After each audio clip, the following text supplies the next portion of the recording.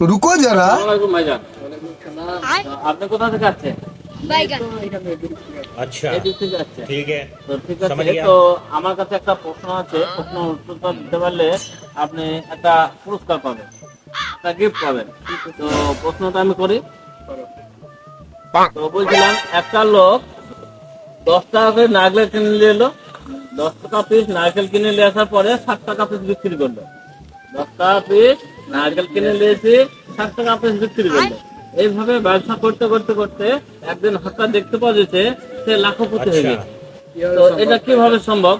10 টাকা করে নারকেল কিনে নিয়ে আসছে, জি, দিয়ে 7 টাকা করে বিক্রি হ্যাঁ, করছে, তাহলে কি করে লাখপতি হয়? এটা হয়েছে। তা এটা আপনার হাতে 10 সেকেন্ড টাইম আছে, তো আপনি 10 সেকেন্ডের মধ্যে উত্তর দিতে হবে আপনাকে। তো সঠিক উত্তর দিতে পারলে আমরা gift দেব। যে উত্তর আমি দিতে পারবো না। অবশ্যই পারবেন, একটু চেষ্টা করেন। তারপরে নারকেল কিনে নিয়ে আসছে, দিয়ে 7 টাকায় বিক্রি করছে, জি,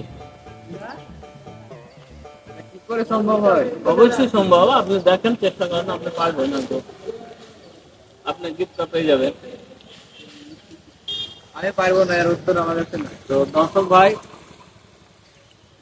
আমার এই ভাই পারছে না, এর উত্তরটা আপনারা কমেন্ট করে দেন।